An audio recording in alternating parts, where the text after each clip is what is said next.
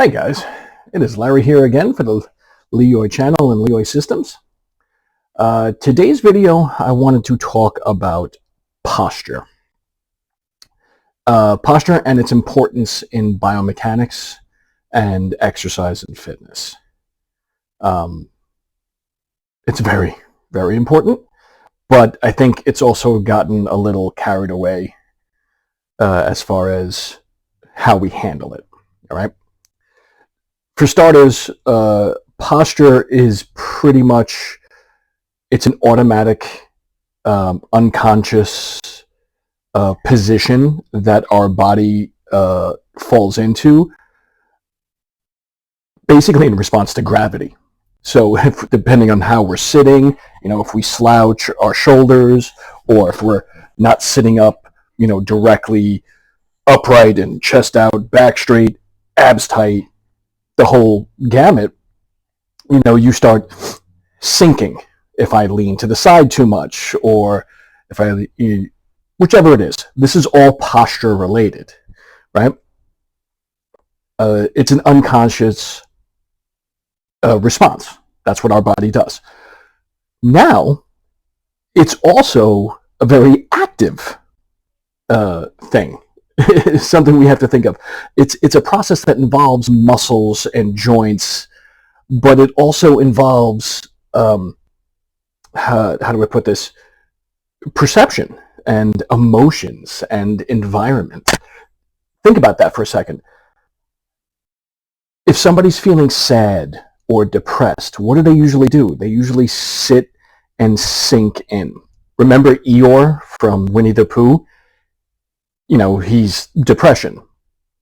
And how is he? His body posture is his legs are always flared out. He's always hunched over. He's always trying to hide his head.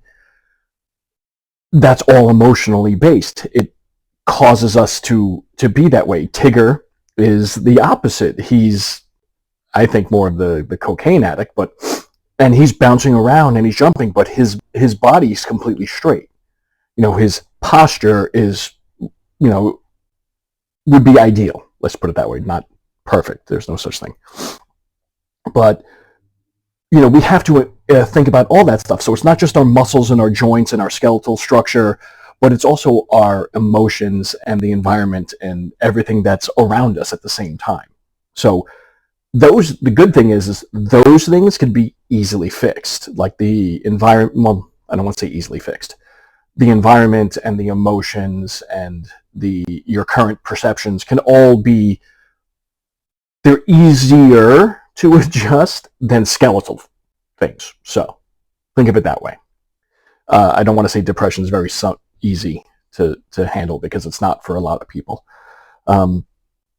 Static positions, sitting, standing, they're all, it's full of tiny adjustments that we do on a microsecond basis.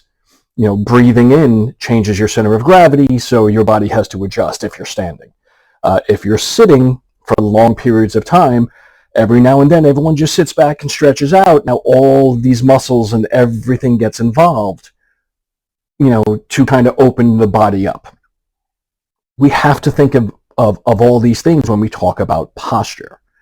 Now, proper posture, we would like to say, is not the anatomical neutral position, because it's different for everybody. Just like how, movements are different for everybody, your posture or a normal posture will be different for everybody. Excuse me. Now, on a technical term, proper posture keeps your muscles and your joints in proper alignment to allow less friction during movement, right? When this happens, when we get less friction, we get less wear and tear. Now, the opposite is going to also occur, that if you have what we consider poor posture, or suboptimal, you're going to increase it causes more stress and more tension on muscles and joints, throwing them out of alignment, causing more wear and tear. Easiest thing I could use to describe is in the gym, when you have a weight stack and you have those two rods going up, right? Those are guide rods because they guide the weight stack up and down. Otherwise, weights would just fly everywhere. If you don't have proper alignment of those rods, one's going forward, one's going backwards, the weight plates can't go straight up. They're going to start turning. They're going to start tilting to one side or the other. When that happens, they're going to now start scraping against the guide rods as they go up. That causes friction. Now your 10 pounds is 10.2 pounds. Almost inconceivable, right? Probably not the right word for it, actually. Too much Princess Bride right there. It's unnoticeable to the regular individual, right? But over time, you're going to start seeing the chrome on the weight stack wear away. What also happens is that tension, that increased tension because of increased friction because of misalignment, now puts pressure on the cable going around. Extra tension. And that's how things break. If we don't pay attention, where it's like, okay, this is a little stiff today. This weight stack's moving a little stiff. It's a little harder. The 10 pounds here is different than the 10 pounds there. Like, I could feel the difference, but we don't do anything about it. Eventually, a machine breaks. The same thing goes for our bodies. All right? When we are not aligned, when we don't have proper posture, optimal posture, right? Our bodies move in a suboptimal way, causing more wear and tear on our muscles and joints, leading to discomfort. Well, first leading to compensations, because the body is trying to fix itself so you don't feel any pain. It's an amazing machine. It does it all on its own. But when the compensation is no longer working, now we start feeling discomfort, then it moves to pain. Now, remember, pain is a symptom. Pain's not the end result. Pain is basically your body's desire for change. It's its last-ditch effort because you weren't paying attention before. It's going to now basically force you to make a change. That is the beauty of pain. What we can do is, once we know what your posture looks like, right, we could now start tweaking your exercise programming to incorporate or flat out just use more efficient and more optimal exercises for your body to work. I no longer use the term corrective exercise. I want to get rid of that term. I want to strike it from the industry, because all exercise is corrective exercise if it's done appropriately. And the fact that you can go get a corrective exercise certification within weeks, making you eligible to change someone's physical structure, that's beyond me. I'm sorry. That's absolutely ridiculous. Because at the end of the day, it really comes down to this. Who are you to say that a person's posture isn't normal for them? Think of it that way. Now, I do postural assessments and biomechanics, but I don't tell people, okay, because your body looks like this, we're going to do this to fix that. No, it's not what we do. The assessments that I do, my postural and biomechanical assessments, show me how you move. And then we create a program or adjust a program to use the very same exercises anybody else could use in a gym, nothing corrective, for a more optimal and a more efficient workout. And if the body corrects itself, then so be it. But if it doesn't, guess what? You are now stronger in that body that you have. We are in no position to correct any skeletal structure. I'm sorry, we're not. A personal trainer should not be allowed to do that, and definitely should not be allowed to tell a client, this is what we're going to correct your posture. No, you're not. And you should do nothing of the sort because, again, we are all designed the same. The human body is designed the same, whether it's a 47-year-old bald tattoo guy talking to you right now, a 12-year-old the 12-year-olds in high school? Middle school. 12-year-old kid playing baseball, a 50-year-old guy walking down the street, a 90-year-old man getting pizza, a 47-year-old woman, a 6-year-old girl, a 78-year-old grandmother. We are all designed the same, muscularly and skeletally. Organs are a little different, obviously. But we're all designed the same, but unfortunately, we're not all built the same.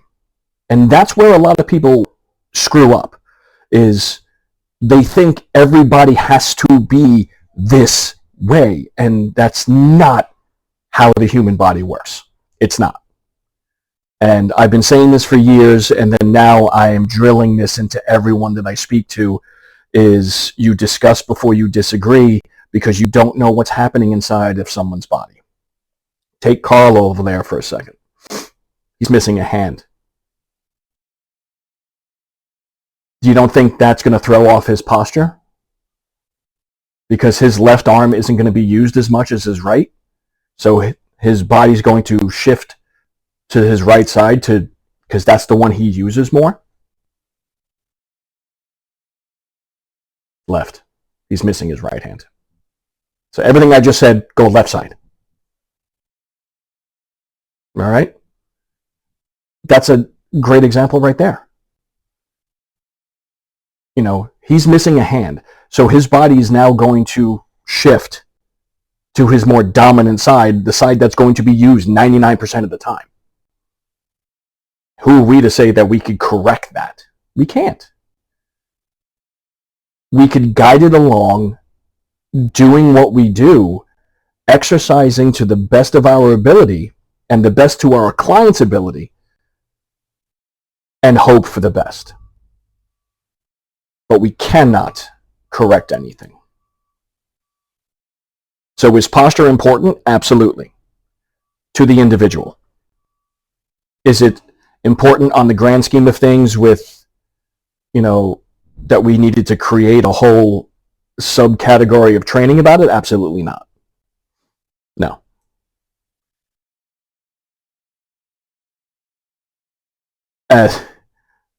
Let me put in this. Are there some individuals with such horrible posture that need to be corrected? Yes. But we have doctors for that. And then they could send them to the gym and say, okay, do these exercises. And then that's where we can take over. But A, we can't diagnose. A trainer should never be able to do that. We should never tell a client that they have XYZ, because we don't know. And on top of that,